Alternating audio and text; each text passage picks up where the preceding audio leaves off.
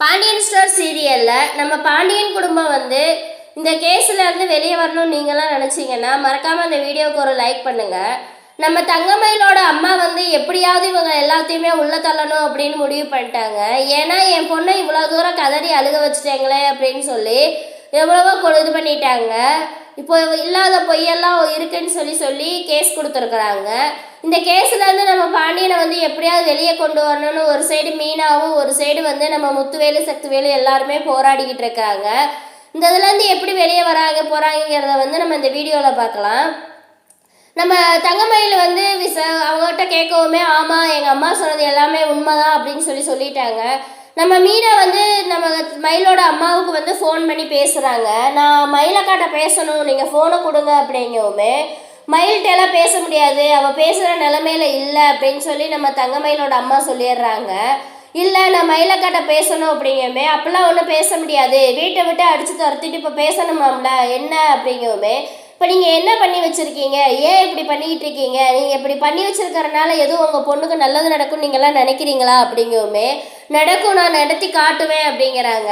எங்கள் பண்ண தப்பு பூரா நீங்கள் பண்ணிவிட்டு இப்போ எப்படிங்க நீங்கள் அவங்க மேலே கம்ப்ளைண்ட் கொடுத்துருக்கீங்க அப்படிங்கவுமே யார் தப்பு பண்ணா, உங்கள் குடும்பம் தான் என் பொண்ணை இவ்வளோ கொடுமைப்படுத்தி இருக்கிறாங்க, என் பொண்ணு விட்ட கண்ணீரெல்லாம் பார்த்தா எனக்கு ரத்த கண்ணீர் தான் வருது அப்படின்னு சொல்லி பாக்கியமும் ஒரு டைலாக் அடிச்சு விட்றாங்க. இங்கே என்னடனா மீனா என்ன இருந்துட்டு நீ என் குடும்பம் பூரா உள்ளே உட்காந்து கதறிட்டு இருக்கிறத பார்த்தா எனக்கு தாங்க ரத்த கண்ணீர் வருது, ஆனால் நீங்கள் வந்து தப்பு மேலே தப்பு பண்ணிக்கிட்டே இருக்கீங்க, இதனால வந்து சுத்தமாக வந்து உங்கள் பொண்ணுக்கு நல்லது நடக்க போகிறதே கிடையாது, இந்த குடும்பம் உங்கள் பொண்ணை மறுபடியும் ஏற்றுக்க போகிறது கிடையாது, நீங்களாம் தேவையில்லாத வேலையை பார்க்குறீங்க அப்படின்னு சொல்கிறாங்க. அப்படியெல்லாம் இல்லை, நான் எப்படியாவது என் பொண்ணை வந்து வாழ வைப்பேன் அப்படிங்கவுமே நீங்கள் இப்போ ஒழுங்காக வந்து கேஸை வாபஸ் வாங்குறீங்களா இல்லைங்களா அப்படின்னு சொல்லி கேட்கவும் நான் வாபஸ் வாங்கினோம்னா உங்கள் சரவணன் மாமா வந்து என் பொண்ணை கூட்டிகிட்டு போக சொல்லு, அப்போ நான் வந்து கேஸை வாபஸ் வாங்குறேன் அப்படிங்கோ. அது எப்படிங்க நடக்கும், அவங்க எல்லாருமே உங்கள் மேலே கோவத்தில் இருக்காங்க, அது இப்போ நீங்கள் பண்ணி வச்சுற காரியத்துக்கு ரொம்ப கோவத்தில் இருக்காங்க, அது எப்படி சாத்தியமாகும் அப்படிங்கவுமே அப்புறம் என்ன நீ பேசாமல் ஃபோனை வை அப்படின்னு சொல்லிட்டு கட் பண்ணிடுறாங்க. அப்புறம் வந்து இங்கே வந்து மீனா வந்து உள்ளது எல்லாத்துக்குமே தண்ணி வெங்கடம் கொடுக்கவுமே அங்கே போலீஸ்காரங்க வந்து சத்தம் போடுறாங்க. ஏமா நீங்கள் என்ன ஆகும்னா வர்றீங்க, ஆளாளுக்கு வர்றீங்க, கட்டி பிடிச்சி அழுகுறீங்க, தண்ணி வாங்கிக்கணும், இது வீடா இல்லை உங்கள் போலீஸ் ஸ்டேஷனா அப்படின்னு சொல்லி கேட்குறாங்க. எங்கள் தண்ணி கூட கொடுக்கக்கூடாதாங்க அப்படிங்கவும் எஸ்ஐ பார்த்தா எங்களை தாங்க சத்தம் போடுவாங்க, தயவு செஞ்சு எல்லோரும் வெளியே போங்க அப்படின்னு சொல்லிடுறாங்க. விசாரணை ஆரம்பிக்க போகிறோம் அப்படிங்கவுமேனு பாண்டியனை கூப்பிட்டு ஃபஸ்ட்டு விசாரிக்கிறாங்க.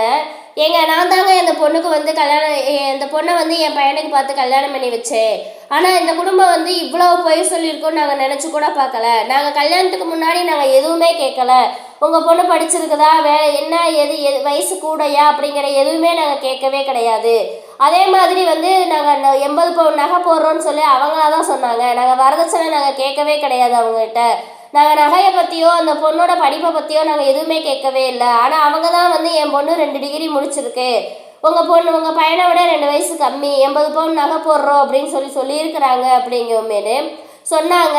சரி படித்த பிள்ளை எதுக்கு வீட்டில் சும்மா இருக்க வேணாமேனு நான் தான் ஒரு ஸ்கூலில் கொண்டு போய் டீச்சர் வேலைக்கு சேர்த்து விட்டேன், ஆனால் கடைசியில் அங்கே அவ்வளோ பிரச்சனையாயிடுச்சு அப்படின்னு சொல்லி எல்லாத்தையுமே சொல்கிறாங்க.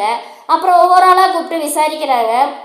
அடுத்தது கோமதியை கூப்பிட்டு விசாரிக்கவுமே நான் என் பொண்ணு அரசி மாதிரி தாங்க எங்கள் 3 மருமகளையுமே நான் பார்த்தேன், இந்த என் கூட இன்னும் 2 மருமக இருக்கிறாங்க, அவங்களவே கேளுங்க நான் ஏதாவது குடும்பப்படுத்துகிறேனா இல்லையான்னு, இன்னை வரைக்கும் அப்படியெல்லாம் எதுவுமே கிடையாது, என் பொண்ணுங்களுக்கு மேலே தான் அவங்கள பார்த்தேன், நானும் 2 பொண்ணுங்களை பெற்றவ தான், இதனால் வரைக்கும் நான் அந்த பொண்ணை குடும்பப்படுத்தினதே கிடையாது, அவங்க தான் என்னை ஏதாவது சொல்லுவாங்களே தவிர நான் இதனால் வரைக்கும் அவங்கள எதுவுமே நான் சொன்னதே கிடையாது, அவ்வளோ தூரம் நாங்கள் அவ்வளோ மக மாதிரி தான் நான் பார்த்தோம், ஆனால் அவள் இப்படி பண்ணிவிட்டாளே அப்படின்னு சொல்லி எங்கள் அம்மா மேலே சத்தியமாக என் தாலி மேலே சத்தியமாக என் பையன் அவ்வளோ நல்லவே, அவனை இவ்வளோ கொடுமைப்படுத்துவான்னு நான் நினச்சி கூட பார்க்கல அப்படின்னு சொல்கிறாங்க.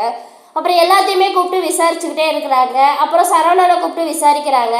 என்னப்பா நடந்துச்சு அப்படிங்கவும் நான் தான் அவளை கல்யாணம் பண்ணேன், அதனால் நான் தான் இப்போ அவன் கூட வாழ மாட்டேன்னு சொல்கிறேன், தயவு செஞ்சு எந்த தண்டனையாக இருந்தாலும் எனக்கு கொடுங்க, என் குடும்பத்தை விட்டுருங்க அப்படிங்கவுமே ஒரு பொண்ணை அடிச்சு துரத்தது நியாயமா அப்படிங்க, அவள் பொண்ணே கிடையாது, என்னை இவ்வளோ தூரம் நம்ப வச்சு என்னை ஏமாத்திட்டா, குழந்தை விஷயத்தில் போய் யாராவது போய் சொல்லுவாங்களா, கட்டின புருஷங்கிட்ட குழந்தை இருக்குன்னு சொல்லி இல்லாத குழந்தை இருக்குன்னு சொல்லி என்னை ஏமாத்திட்டா, நான் அதனால எவ்வளோ ஆசையை வளர்த்தேன்னு எனக்கு மட்டும்தான் தெரியும் அப்படின்னு சொல்லி எல்லா உண்மையும் சொல்கிறாங்க. அப்புறம் அவங்க பாக்கியத்தை கூப்பிட்டு கேட்குறாங்க, ஏப்பா என்னம்மா நடந்துச்சு, அவங்க எல்லாருமே இல்லைன்னு சொல்கிறாங்க அப்படிங்கவுமே படிப்பு விஷயத்தில் நீங்கள் போய் சொன்னீங்களா அப்படிங்கும். அப்படியெல்லாம் இல்லை, நான் 12th முடிச்சிருக்கு அப்படின்னு தான் நான் சொல்லி தான் கல்யாணம் பண்ணோம் அப்படிங்கும். இப்போ 12th முடித்த பிள்ளைக்கு அவங்க எதுக்கு போய் டீச்சர் வேலைக்கு கேட்குறாங்க அப்படிங்கவுமேனு உடனே கல்யாணம்னா 1000 போய் சொல்லலாம்ல அப்படிங்கவுமே, அது எப்படி சொல்லலாமா அப்படின்னு சொல்லி நீங்கள் வெளியே இருங்க ஃபஸ்ட்டு அப்படின்னு சொல்லிடுறாங்க. அப்புறம் வந்து நம்ம முத்துவேலை சக்திவேலையை கூப்பிட்டு விசாரிக்கிறாங்க. நம்ம முத்துவேலு சக்திவேல் சொல்கிறாரு, அந்த குடும்பம் அப்படியெல்லாம் இல்லை, இவங்க இந்த பொண்ணோட குடும்பம் ஏற்கனவே வந்து அவங்க அப்பா வந்து எங்கள் வீட்டில் திருடி மாட்டிக்கிட்டான், அதனால ஏகப்பட்ட பிரச்சனையாயிருச்சு, இவங்க சொல்கிறது எல்லாமே பொய் அப்படின்னு சொல்கிறாங்க. இந்த இதில் வந்து நம்ம முத்துவேல் சொல்கிறாரு, எனக்கு எதிரின்னா அது பாண்டியன் ஒருத்தன் மட்டும்தான். ஆனால் அவன் பாண்டியன் வந்து ஒரு பொண்ணை கல்யாணம் பண்ணிட்டு வந்து கொடுமைப்படுத்துகிற அளவுக்கு அவன் அவ்வளோ மோசமான ஆள் கிடையாது. அது அவங்க வீட்லேயும் அவங்க அப்படி ஆளுங்க கிடையாது. ஏன்னா எங்கள் வீட்டிலேருந்து 2 பொண்ணுங்க அந்த வீட்டில் வாழ்ந்துட்டு தான் இருக்குது, நல்லா தான் இருக்கிறாங்க அப்படின்னு சொல்லி எல்லா உண்மையும் சொல்கிறாங்க. இதுக்கப்புறம் என்ன நடக்க போகுதுங்கிறத வந்து நம்ம அடுத்த வீடியோவில் பார்க்கலாம். இந்த வீடியோ பிடிச்சிருந்தா மறக்காமல் லைக் பண்ணுங்கள், சப்ஸ்கிரைப்